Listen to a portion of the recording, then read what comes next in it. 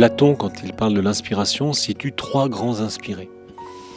Nous avons l'artiste, inspiré par son œuvre, le philosophe, inspiré par sa quête de vérité sur l'homme, et le mystique, inspiré par Dieu, par la dimension transcendante.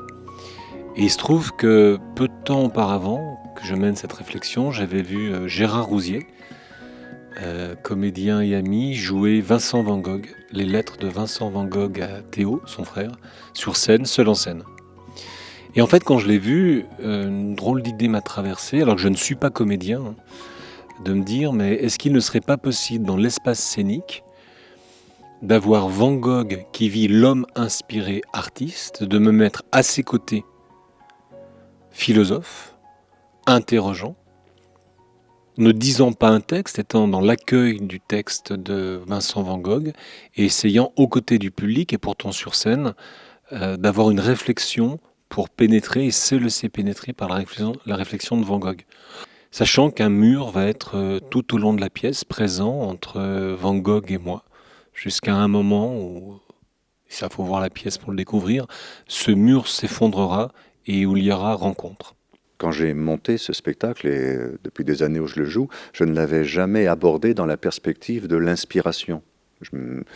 J'avais suivi la vie de Van Gogh, ce par quoi il était passé, et je ne m'étais pas tellement posé la question de l'inspiration. Et en fait, cette question élargit, et met dans une perspective plus riche, non pas les propos de Van Gogh, je crois qu'ils se suffisent à eux-mêmes, mais le spectacle lui-même, jusqu'où il peut nous emmener.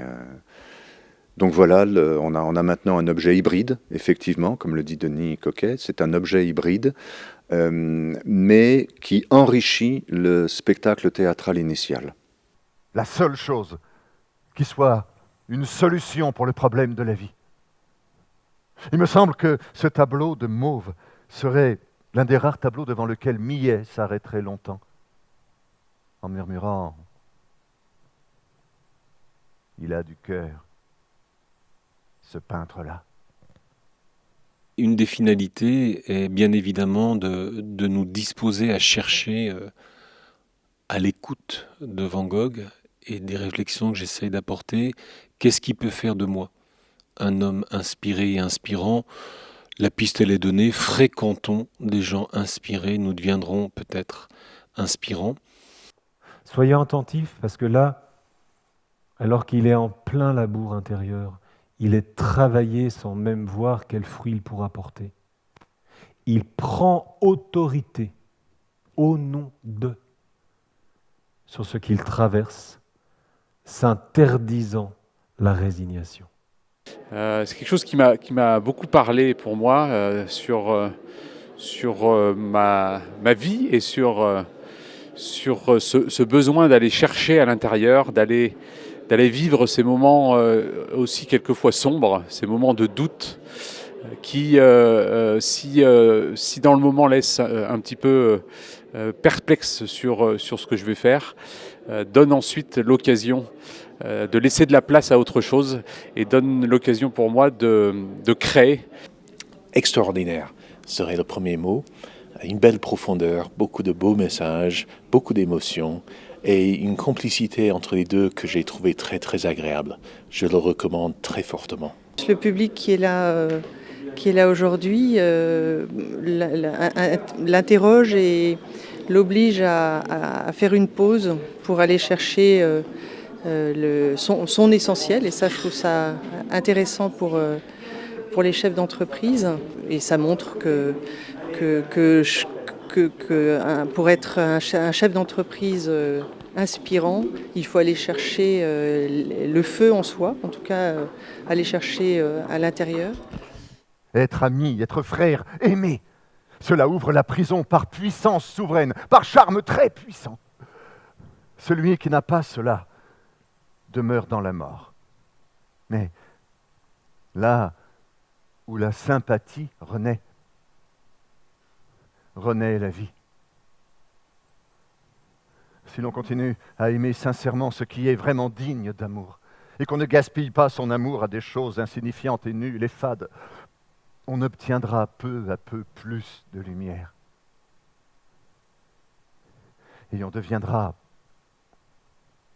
plus fort. Je travaille sur ce projet qui est un projet hybride, qui n'est pas de la convention, qui n'est pas du théâtre pur, qui est véritablement un mélange.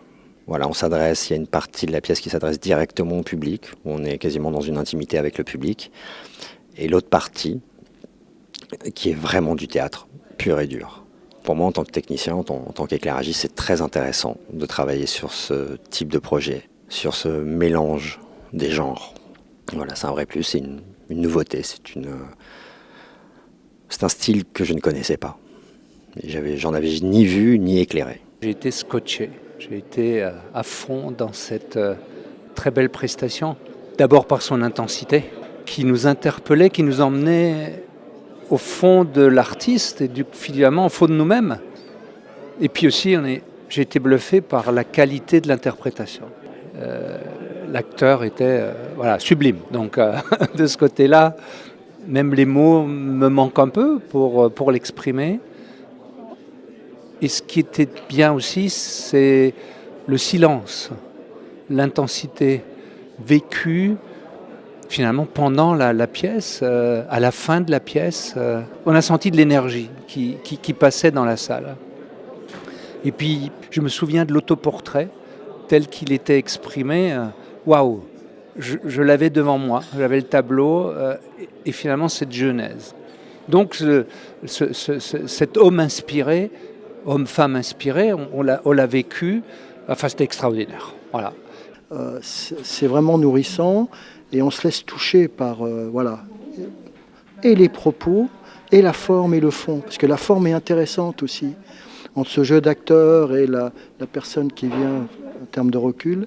Non, c'est vraiment riche, ça vaut la peine. Hein. On ne sort pas indemne de là.